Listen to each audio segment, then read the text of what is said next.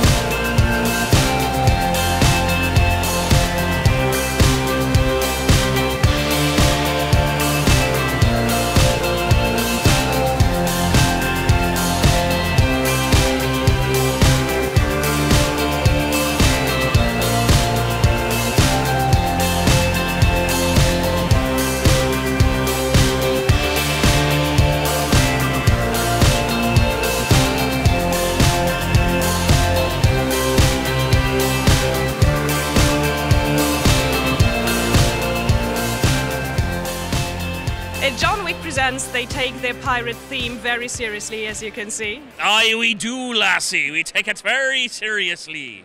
What I would do if 7th Sea was such a success, kind of coming around the second time with more swing and more power and yes, a great team. More swashing of the bucklers, yes, much more. We talked yesterday a little bit about how you stand for inclusion and for diversity in the gaming industry.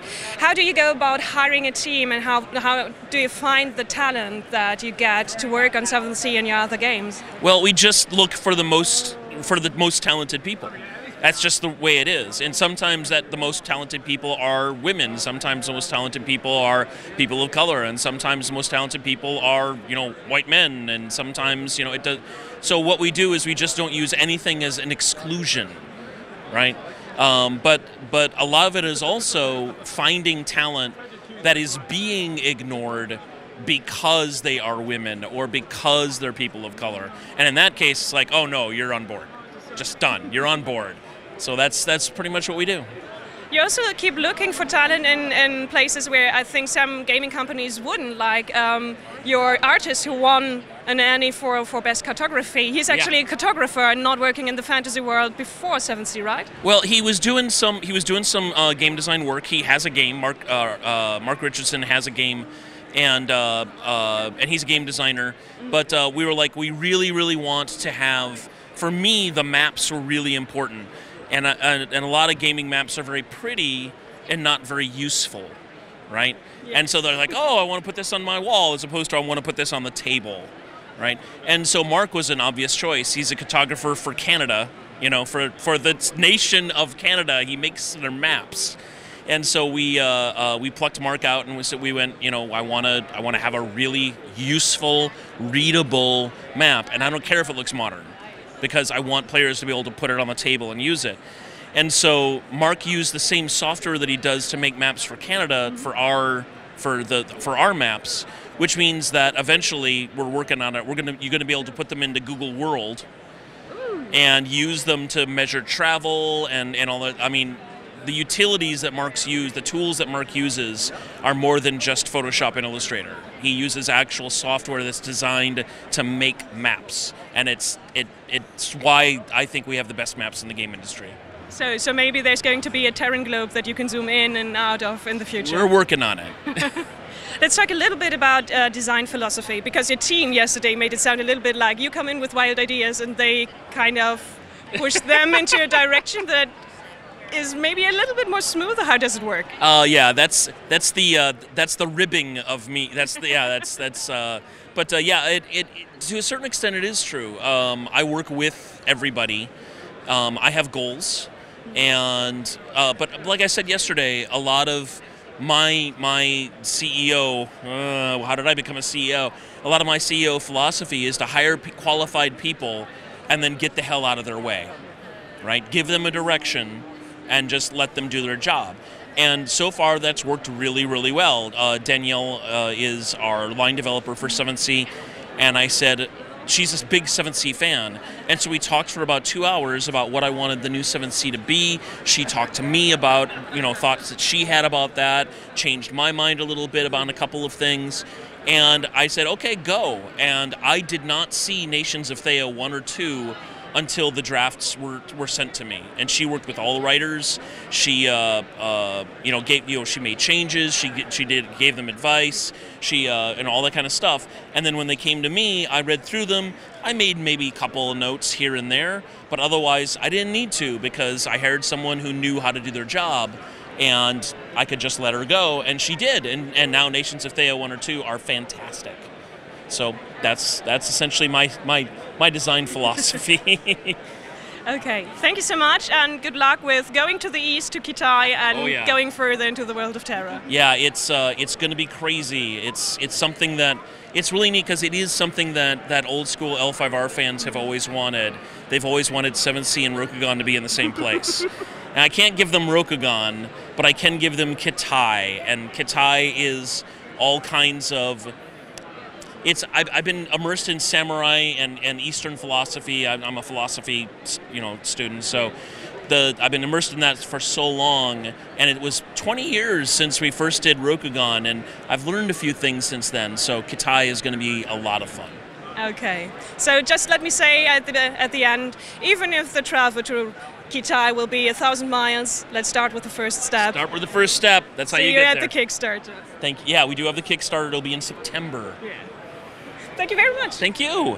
We're now with Margaret Weis, a gaming and, of course, an author legend in the fantasy world. Thank you so much for taking the time. And, of course, first I have to talk about Dragonlance, about the thing that's still going strong. Right. And I just asked if you even know how many Dragonlance books there are. And you said no, but do you even know how many you wrote yourself? Oh, I'd have to do a quick count. Oh, well, a lot. There were the first 6 are probably the best known: Dragonlance Chronicles, and then Dragons of, then the Legends series, Dragonlance Legends, the Time of the Twins. And for some reason, Raceland has become the most interesting and the most beloved character.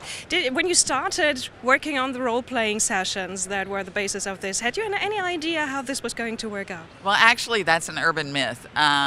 We did not, the Dragonlance did not come out of role-playing sessions.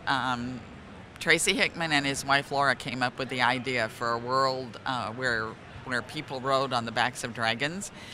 And they presented that to TSR, and that became Dragonlance. And the idea for Raceland came to me because the artist had done these amazing pictures that were going to be on the fronts of the modules. And they had done one of Raceland and Karaman. And I looked at Raceland, and I had to come up with his background, his story, who he was. And so I knew he was a twin, and he had this twin brother who was perfectly normal looking, Karaman. And I also knew he was a 3rd level wizard, and that they called him the Sly One. And I knew he had golden skin and hourglass eyes. So we had the Dragonlance group. We were all together thinking about the story and talking about the characters. So I said, why does Raceland have golden skin and hourglass eyes? And Larry Elmore said, because it looked cool. So I had to think of a reason. So that led me to the test in the tower, and if he had the idea that to gain your magic, you had to be willing to bet your life that if you failed this test, they would kill you because they didn't want any mediocre wizards running around the world. And so Raceland is willing to bet his life to gain the magic. Well, how does his protective older brother feel about this, Karaman, who doesn't understand? And then that led me to the whole codependent relationship, and Raceland, I just came to know him so well, and so I think that's why he became such an interesting, complex character, because there's a little of him in all of us. And interesting that it started off just with a design. With Larry, yes. So we could blame Larry Elmore. Okay, and I also see that you still have the Deathgate cycle Yes. on display, one of my all-time favorites, and I think a lot of people overlook them for all of the D&D things you have done. But why do you think that I think there's a smaller but very strong fandom for them? Why do you think those are still fandom favorites?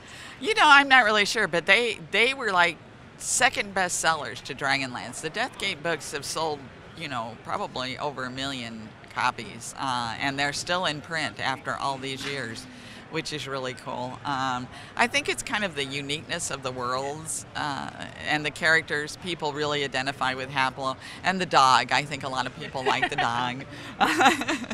And so I just kind of a lot of reasons. Yes, another codependent relationship with a Exactly, broken character Alfred and a protective one. Right, Alfred and Haplo, right, yeah.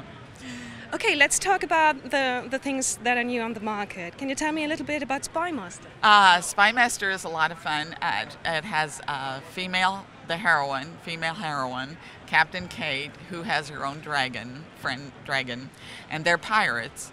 And it takes place in the same world that we did the Dragon Brigade series.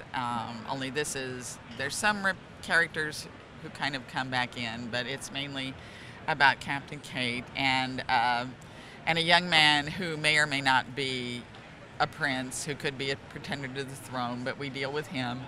And like I say, dragons, and it's swashbuckling, it's pistols, magic. It's just been a lot of fun to write.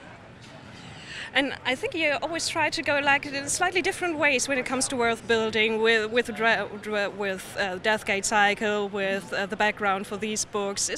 Do you always try to find something that's not been done before? Yeah, we try to. I just don't like to repeat myself. I like to visit worlds that are different from worlds I visited before, and that like for example, writing dragons different, making dragons different in each world, when you know your tendency is to go back to D&D dragons because that's easy. You know what a red dragon is and how they act and everything else. So coming up with different dragons for each world, it helps if the world is different that the dragons live in. Okay. Thank you very much for your time. Well, thank you so much, and hi to everybody.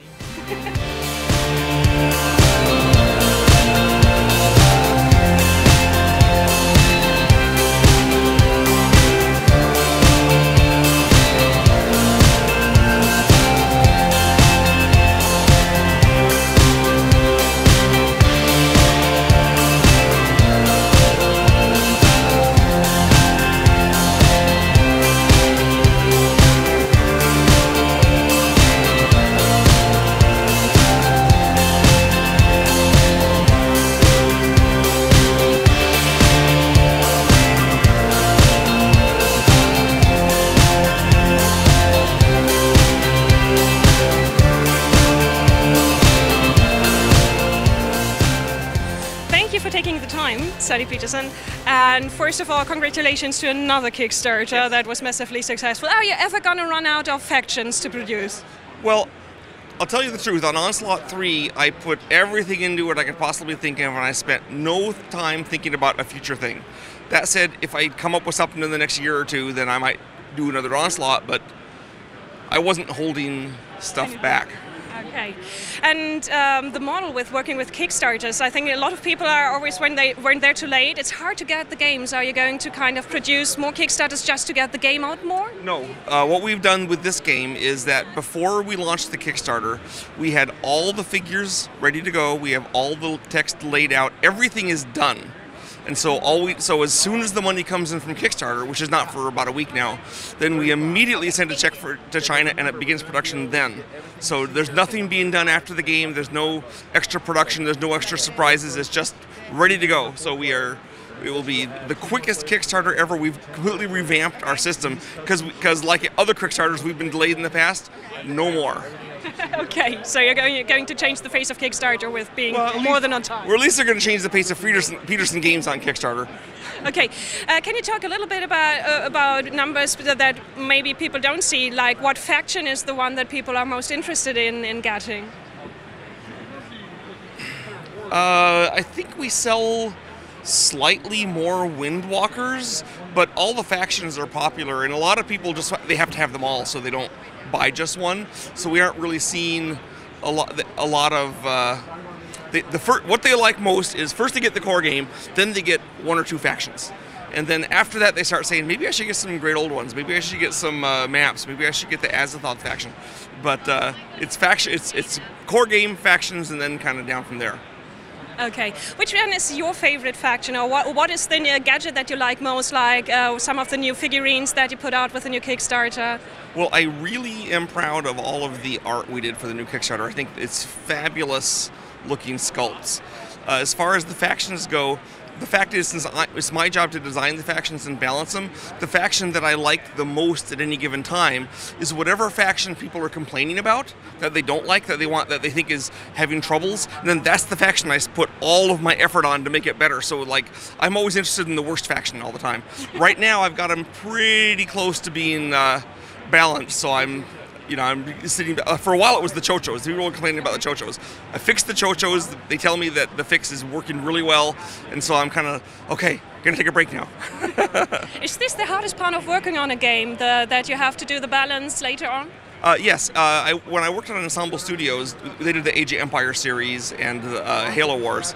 My job for 11 years was balancing all the factions and all the add-ons and all the upgrades, and so I got really good at balancing, and it doesn't make it faster for me to balance, but it means I'm pretty good at it. So in a game as diverse as Cthulhu Wars, it's still possible to make errors, but that's kind of my thing, is to balance asymmetrical things. So that's my cue is a game. Maybe I can't do collectible card games, maybe I can't do legacy games, but by golly, I can balance an asymmetrical faction.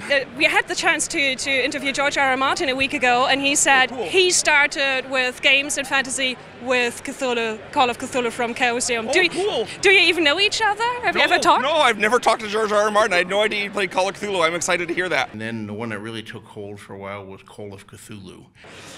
So yeah, I mean, that was the very first Cthulhu game ever. It almost destroyed my life and career. This is the first I've heard of it. Okay, he's got affection with the squid and who pray to a dead god and saying what is dead may never die. He does, yes. I knew about the Greyjoy clan. They had the squid, the squid thing. And he had the highest, the best words to say about it. It almost destroyed my life and career. I guess I should meet him sometime then. I guess so, yes. Yeah, it might be, if you two are together in a room, there's going to be a black hole of creativity and everything is going to be sucked in. Thank you so much for taking the time.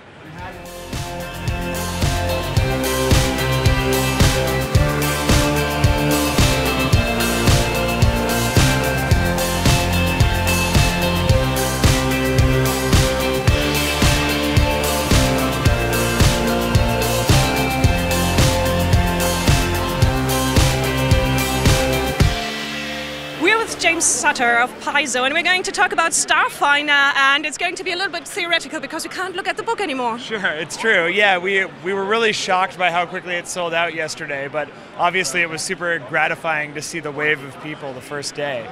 It's amazing. How can that happen to Paizo? Did you really underestimate it? Well, so here's the thing. We brought more of that book by a lot than we'd ever brought of anything ever before. And we've had, I was here for the core rulebook launch and the ACG, so like we thought we knew what a big release looked like, and then we totally, never in our wildest dreams did we think it was going to be that big. Okay, let's talk a little bit about the design philosophy behind Starfinder. Yeah. And bringing heroic fantasy kind of into the space age. So how did you go about designing new character classes and races to fill kind of a sweet spot that people didn't know they wanted? Well, yeah, so really we were trying to think all the time with the classes, the races, everything, like what are sort of the classic science fantasy tropes? What are the things that people want to see sort of in all different systems and stories and whatnot? Like, you need your big soldier, with power armor and a giant gun. We knew that we wanted to still have magic be a big thing, and so we've got sort of, the mystic on one side, who's sort of your classic sort of empath, as well as space priest, that kind of thing. But we also really wanted the technomancer, who's more like a I think of them as like software engineers of the universe. Like they're hacking the laws of physics, and they're really good with machines and technology. And so we just kind of tried to draw from everywhere and say, much like we did with Pathfinder, what are sort of the universal character types that everybody wants to play, and how do we model that? So we would, sit down and have a big list of like, what's every favorite character from a science fiction or fantasy game that we can think of, write them all down, and then say, how do we make sure that we have enough classes that we could build all of those, right? And then when we had enough classes that we felt like everybody tracked to one, we figured we had the field pretty well covered. Okay. And of course, it's still based on Pathfinder, the system, but you slimmed it down and you changed some things around. So I'm interested in like when did the decision come around to not only have hit points but to work with stamina and. Yeah. Very early. Like some of the changes, came late as we were figuring out how to really do a science fantasy, setting with this Pathfinder rule set, which is really designed for, fantasy.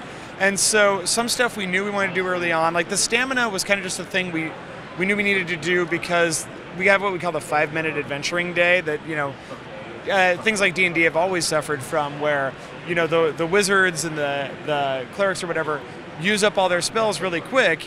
And so after a couple of fights, they want to rest, and the fighter's like, but I still have all my stuff, right? And so by having stamina and hit points, stamina which is like hit points, but it refills very quickly, that allowed us to not have people constantly stopping and resting. Like you could keep going a little more and kind of even out the playing field for all the different classes, so that you don't have some classes that blow everything immediately and then other classes that are sort of bored and sitting around. Like this really sort of evens them out. But some of the changes we made were stuff like, obviously, while we based a lot of stuff on Pathfinder, there was some math that needed to change in order to make futuristic weapons really viable. And so just all the various ramifications of that. Okay, let's talk a little bit about space combat, because that's always a hard thing to manage in a game, and especially if it focuses on heroes and heroic characters. Tell me a little bit about how you worked on that. Yeah, so the starship combat is really almost like a mini game within Starfinder. Most of Starfinder is still about getting out, boots on the ground, go and adventure, explore that alien temple, go battle on foot. But the Starfinder starship combat, it is very tactical. It uses a hex grid, and you've got a spaceship that you're maneuvering around. But something that we've seen a lot in other games and other attempts by us over the years to do similar stuff is that you often ran into this problem where the captain was doing everything and the rest of the party was just sitting around. So it was really important to us that not happen. And so we kind of embraced the fact that it's a role-playing game and made sure that every character has a role in combat that is useful every round. So yes, you've got a captain, but you've also got, some characters the gunner, some characters the engineer, some characters the pilot or the science officer. And so everybody doing something different makes it feel like that real Star Trek bridge crew kind of thing where you're all working together. And that was actually one of the first parts of the game that really came together.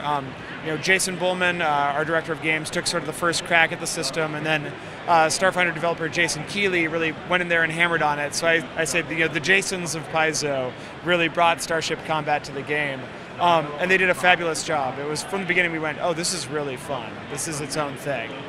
Okay, and what is the future going to be like for Starfinder? Because for Pathfinder, if you want to have everything for Pathfinder, you need a new room in your house. Yeah. So is Starfinder going to be such a broad thing and going in many different directions? Never say never. I hope that in 10 years Starfinder is grown and whatnot. But really, from the get-go, we're trying to slim down our release schedule for this and really stay sort of tightly focused, so that we'll do a couple of hardcover books a year, and then the Adventure Path, which is bi-monthly.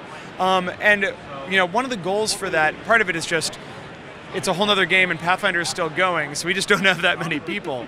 But the other part of it is we know that it can be overwhelming to jump into a new game where there's, years, dozens or hundreds of different books. So for Starfinder, by keeping it really tight how many releases we do, we're really making sure that it's easy for new players to jump in and feel like they can be in on the ground floor, rather than having to do a bunch of catch-up.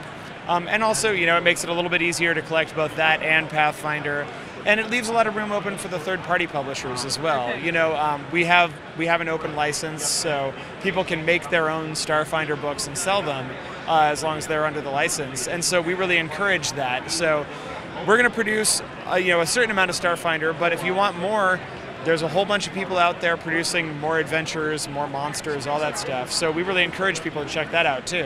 Okay, and last question, what is going to be the first adventure path? What is going to be about? Oh, so the adventure path, Dead Suns, it's a very classic sort of adventure path that's going to show off sort of the core of our setting, which is this solar system called the Pact Worlds.